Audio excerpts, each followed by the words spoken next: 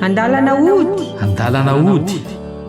Fampahirizana sy fianarana soratra masina miaraka amin'ny Pasteur Andriamparany Rabelohataona.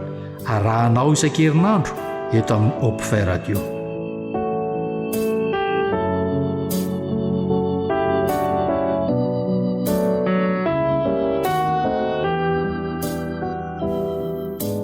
Manolotra ny ahaba ho antsika rehetra manaraka an'izao fandavana mitondra lohateny hoe An-dalana Hody izao itsika. Ny Pasteur Andriamparany Rabelohataona no miaraka amintsika dia hivavaka isika mialohan'ny andrenesantsika ny fampaherezana dia ny tenin'Andriamanitra izany.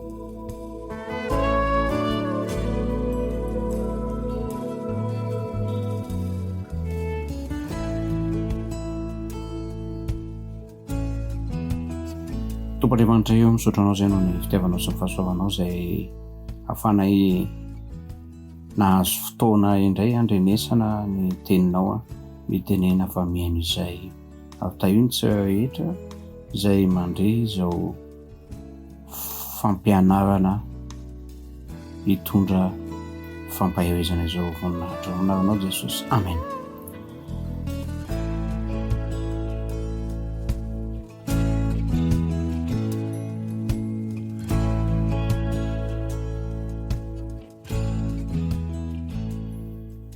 Fiainana izay atrehina ao anatin'ny fiainana kristiana no toizantsika tamin'ny lasa itsika dia namelabelatra ny amin'ny hoe manao ny ratsy tsy matahotra an'Andriamanitra. Androany kosa tsika dia izao indray hoe tsy manao ny ratsy satria matahotra an'Andriamanitra, zany hoe somary mifanohitra kely tamin'ny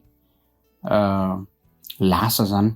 Efa nambarako tany am-piandohana fa misy sokajy efatra izy tia. Ny fahatelo manaraka an'io dia hoe manao ny ratsy noho ny tsy fidiny, ary ny fahaefatra farany dia hoe tsy manao ratsy satria miaraka amin'Andriamanitra.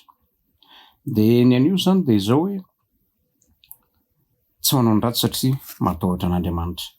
Ny ankamaroan'ny kristiana dia eto amin'ity sokajy ity no misy azy. Ny ankamaroany dia noho ny fahatahorana an'Andriamanitra no tsy hanaovana ratsy. Mety eritreretritsika hoe ho tsara ve zany sa ratsy? Mety misy milaza hoe tsisy maharatsy an'izany rehefa ahafahana manaraka sitrapon'Andriamanitra sy ny didin'Andriamanitra sy ny fiainana mifanaraka amin'Andriamanitra. Misy hafa koa nefa milaza hoe tsy mety zany fa toa fatahorana ny zavatra hitranga no anaovana anarana ny didin'Andriamanitra sy tsy anaovana fandikana ny didin'Andriamanitra ka hamitana sy anaovana ratsy. Dia tokony fitiavana no lazain'izy ireo fa anatanterana an'izany. Marina, misy mahamarina azy daholo zany ary izay teny farany izay mbola any amin'ny famaranana no jerentsika hoe tsy manao ny ratsy satria manana an'Andriamanitra, miaraka amin'Andriamanitra. Ao amin'ny Mateo 7:20 dia miresaka momba ny fahafiseho izy ity ary fiainana tsara hitany rehetra ety ivelany fa Jesosy ihany sy Andriamanitra ihany mahita ny ao anatiny ny fiainan'izy ireo. Satria raha atsoko dia izao hoe ny mpanao an-dalana sy ny fariseho dia modely teo amin'ny fiarahamonina izay nisy azy ireo, fakatahaka eo amin'ny ara-panahy. Eo amin'ny andininy 2 amin'ity Mateo 7:20 ity dia niteny mihitsy Jesosy hoe eo amin'ny fipetrahan'ny Mosesy no hipetrahan'ny mpanao an-dalana sy ny fariseho.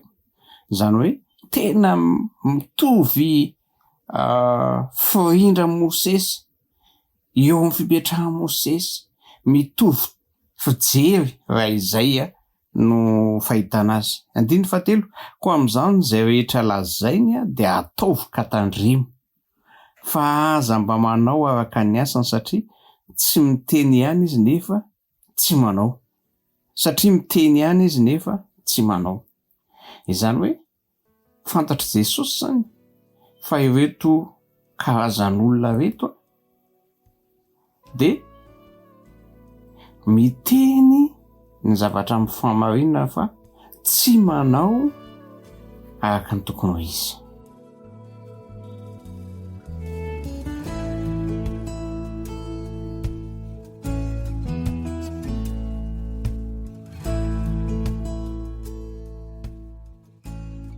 Ary izay indrindra ny tokony hitandremantsika satria tena toe-javatra ratsy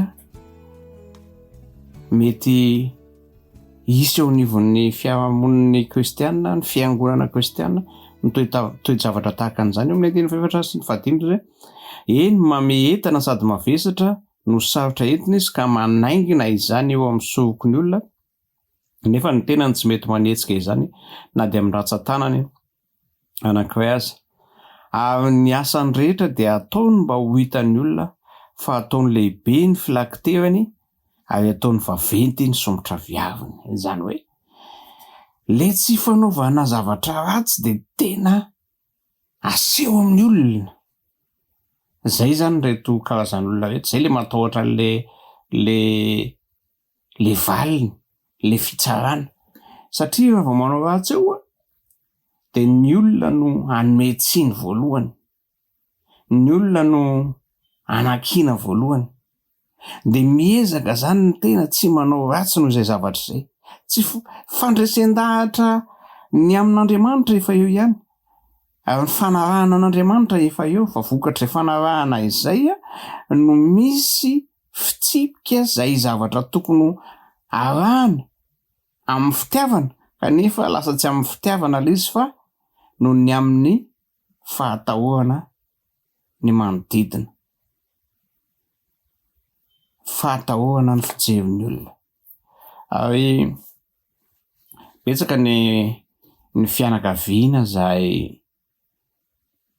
fantatry ny olona ety avelany hoe modely, nefa ao anatiny ao efa Andriamanitra no mijery azy dia tena tsy modely fa tena zava-doza, zavatra ratsy no mitranga ao. Ary tsisy mahafantatra an'izany afa-tsy Andriamanitra ihany, afa-tsy Jesosy ihany tahaka ny nataony tamin'ny fariseho. Dia ny hafatra voalohany ho antsika zany kristiana dia tandremo manao an'izany. Rehefa tsy manao ny ratsy ianao dia aza noho ny amin'ny hafa ny tsy hanaovanao ratsy, fa noho ny aminao aloha voalohany indrindra, noho ny amin'ny fiainanao, noho ny amin'ny faresenao lahatra. Ary mazava ho azy fa noho ny amin'Andriamanitra, satria resy lahatra noho ny amin'ny zavatra ny tantanan'Andriamanitra sy naseho an'Andriamanitra anao ianao. Aka ohatra inona moa mety zavatra mitranga? Mety zavatra mitranga dia tahaka an'izao amin'izany tsy asehon'ny olona ny ratsy ataonao. Matetika ireo olona ireo tsy manao ratsy eo amasin'ny olona ireo no fatahoana fitsarana dia raha toka tsy mahita Andriamanitra, ataontsika hoe tsy mahita ny zavatra ataony Andriamanitra dia manao ratsy izy. Raha tsy mahita ny zavatra ataony olona dia manao ratsy izy. Fa ao anatin'izay izy anefa dia miseho ho manana ny fahamasinana sy ny fahamarinana. Betsaka ny tantara efa rentsika ny fianakaviana anankiray izay manana ny toerana misy azy ao am-piangonana, mety pasteur io, mety loholio, mety mpitarika fivavahana io, mety mpitondra io ao anatin'ny fiangonana, mety nanana laza tsara ao amin'ny fiangonana na laza tsara eo amin'ny fiarahamonina ka indraindray mananjanaka vavy izy ireny, tsy mifanaraka aminazy raha teo ny fijerin'ny zanany vavy ka bevoka ivelan'ny fanambadiana ara-dalàna na ny mariazy dia ao anatin'ny fianakaviana mba hahatonga ny fianakaviana ho tandrovana mandrakariva zay fijerin'ny olona sy ny fitsaran'ny olona ivelan'izay sy ny fanamelohan'ny olona de aleo mifidy ny mamono olona manala ilay zaza noho ny miavitra zay vava sy eso zay mety hitsanga. Zay ny tena zava-doza am'ty sokady sy faharoa ity izay tsy manao ratsy satria matahotra ny manodidina, matahotra ny fiangonana, matahotra n'Andriamanitra, matahotra ny fitsarana sy ny vavan'ny olona.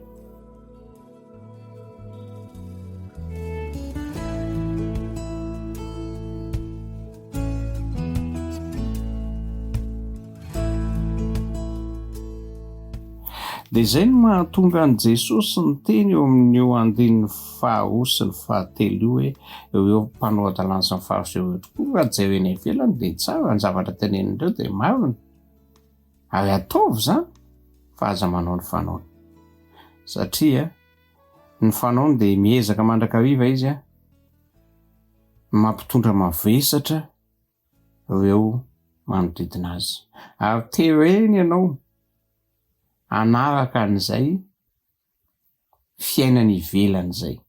Ny fiainanao manontolo tereny anaraka an'izay fiainany ivelan'izay zay tsy mitondra fifaliana sy fiadanana. Eo amin'ny andininy faefatra amby folo mandeha ny fotoana dia ozy izy ny teniny eto hoe lozanareo mpanao an-dalana sy fariseo Matthieu 7:24 lozanareo mpanao an-dalana sy fariseo mpiatsara velatsy fa laninareo ny tranony mpitondra-tena dia manao vavaka lavareny ho fiolana ianareo koa izany no ahazoanareo fanameloana mafimafy kokoa. Tandremo zany fa any ambadika zany dia tsy tokony ho hafa ny fiainanao mitaha ny maso hitan'ny olona. Tokony mitovy ny fiainanao any ambadika amin'ny hitan'ny olona. Raha ny tsy mamitaka kokoa aza na ny tsy mamitaka an'Andriamanitra aza dia ny any ambadika izay tsy hitan'ny olona no tena tsara. Tena hita hoe miaraka amin'Andriamanitra ianao noho ny ivelany. Izay no mahatonga an' Jesosy teny tamin'ny mpianatra nilaza hoe rehefa mivavaka ianareo dia midia eo amin'ny efitranonareo dia aza ao amin'izany efitranonareo izany ianao no manonona ny fangatahana sy ny fiainanao manontolo. Aza atao fantatry ny olona akory ny ahatsara-panahy sy ny ahatsara-toetranao amin'izany mangingina izany. Atao voanao manokana. Ohatra ny betsaka eo amin'ny fiainantsika no tiany Jesosy ahitsy sy ampitahana amin'izay tahaka ny hoe raha manao soa ny tananao ankavia aza atao ny tananao ankavanana fantatra. Izay indrindra ny lesona goavana izay tiany Jesosy ampita amintsika amin'ito lesona ito ary tsarovy mandrakariva fa rehefa ny fiainanao izay voaova tamin'ny fitiavan'Andriamanitra sy ny fahasoavan'Andriamanitra dia aza vela hosimban'ny sainao sy ny eritreritrao amin'ny fiainana izay heverinao tokony ataonao atahoanao ny manodidina anao raha vao tsy izay satria azo kiana sy fanankianana amin'ny manodidina ianao.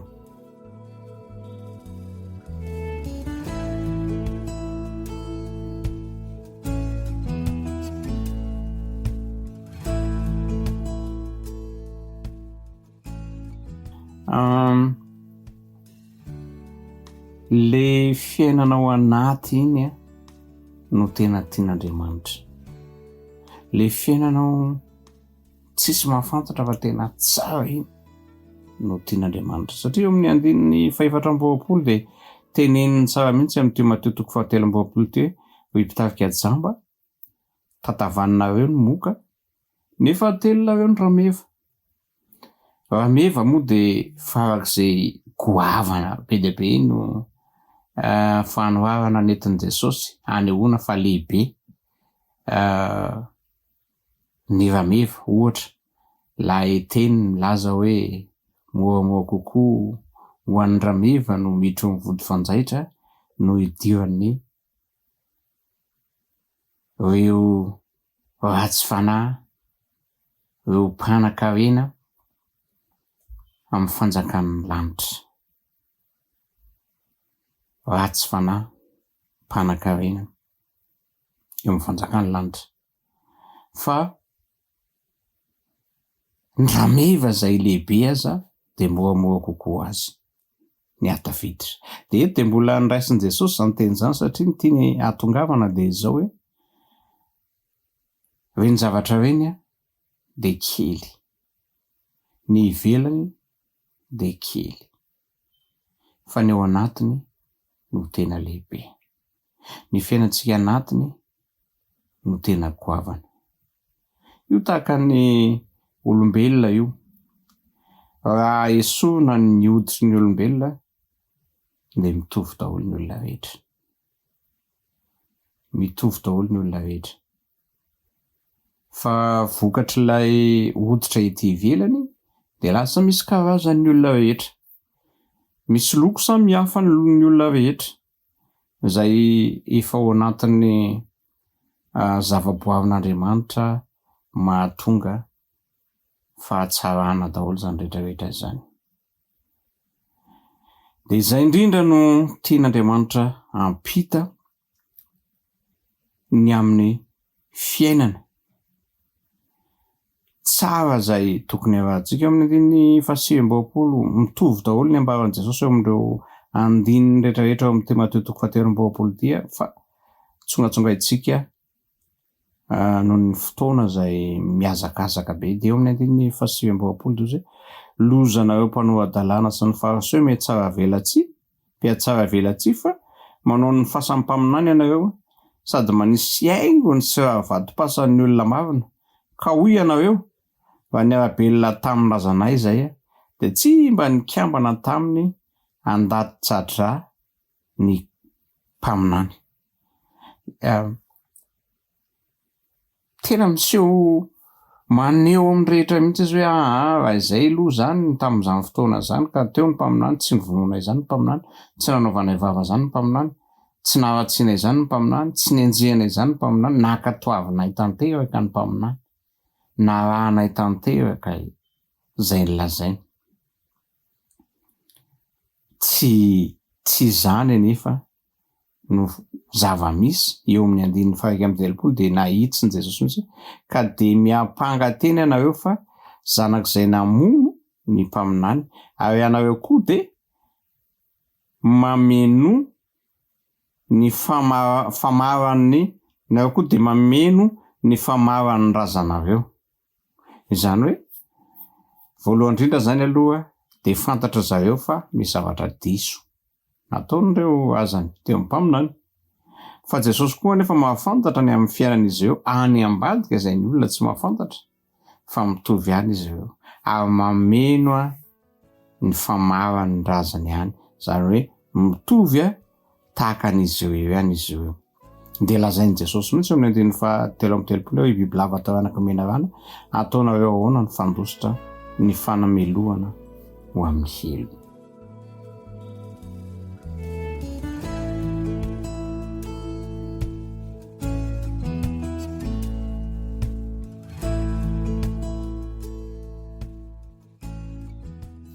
Tena zava-doza izany. Ny fahatahorana izay tokony hatahorantsika dia fatahoran'Andriamanitra ary fanajantsika ny tempolin'Andriamanitra izay le nambarako hatramin'ny voalohany dia ity tenantsika ity no antony mahatonga antsika tsy manota. Ny ankoatran'izay a dia mampiay asy mampisalasala fatahoana no miloza mety ho tranga na fahafatesana na zavatra tahaka an'izany tsy anaovantsika fahotana dia tsy ao anatin'ny fihoindrana amin'ny fiainana kristianina izany fa ny antony manosika antsika tsy hanao ny ratsy dia satria tsika mpony lanitra. Ny fiainan'ny lanitra ambony efa andramantsika sahady ety. Ny tempolon'Andriamanitra amin'ny maha tempolon'Andriamanitra azy dia ajotsika ety. Dia tsy iza zany fa ny tenantsika. Izany rehetrarehetra zany tsisy resaka sazy na fanameloana fa zany rehetrarehetra zany matoa afaka manao an'izany tsika dia noho ny fitiavan'i Jesosy, ny fitiavan'Andriamanitra izay nahafahantsika nanana tombontsoa nadio ary miaina ao anatin'ny fahadiovana.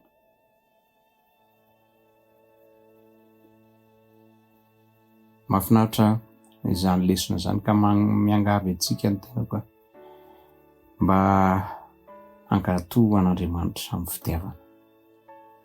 Ary izay ilay ary amin'ny farany ary izay fa mbola hitantsika ny fanazavana an'izay. Ary tsy hanao zavatra ivelany noho ny fitsarana izay mety aseho manodidina. Eny fa mety eo amin'ny tokantrano aza dia misy anentsika anao efa manao zavatra tsy mety ianao dia matahotra an'izay no ataonao. Eo amin'ny andininy 7:30 sy 8:30 namarana azy dia ivavakintsika toy izay indro avela ho laony no anareo ny tranonareo. Fa lazaiko aminareo hatramin'izao dia tsy ahita tokoa ianareo mandra-pilaza anareo hoe isaorana ane izay avy amin'ny anaran'i Jehova. Raha tena te hitady an'i Jehova zany tsika dia izao hoe amin'ny fotsika mitadiavana azy. Tediavy tiany Jesosy ireo mpanao dalàna sy fariseo ireo ary izay namarana ny azy eto hoe raha tena tianareo tokoa nahita fahombiazana dia izao katsao ny fo, katsao ao hitanareo fa fisaorana napetraka hoe misaotra an'Andriamanitra fa tsy fatahorana, fiderana sy fankalazana, fiobiana no ataonao amin'ny fiainanao fa tsy fatahoran'Andriamanitra. Andeha marina ny fotoana isika amin'ny ivavaka isika.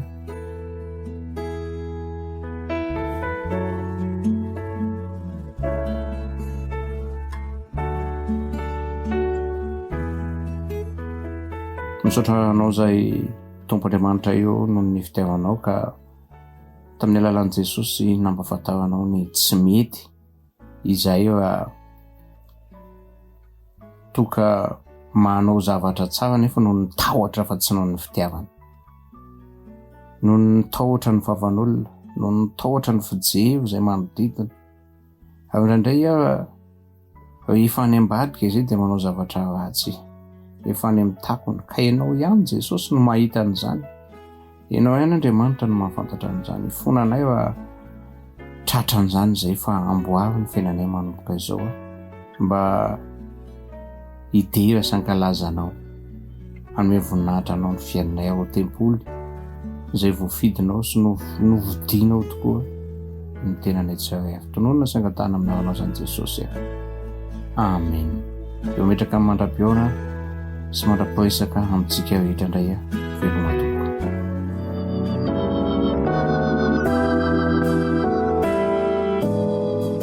Narainao teo An-dalana Hody. An-dalana Hody. Fampahirizana sy fianarana soratra masina miaraka amin'ny Pasteur Andriamparany Rabelohataona. Arahanao isan-kerinandro eto amin'ny Hope Radio.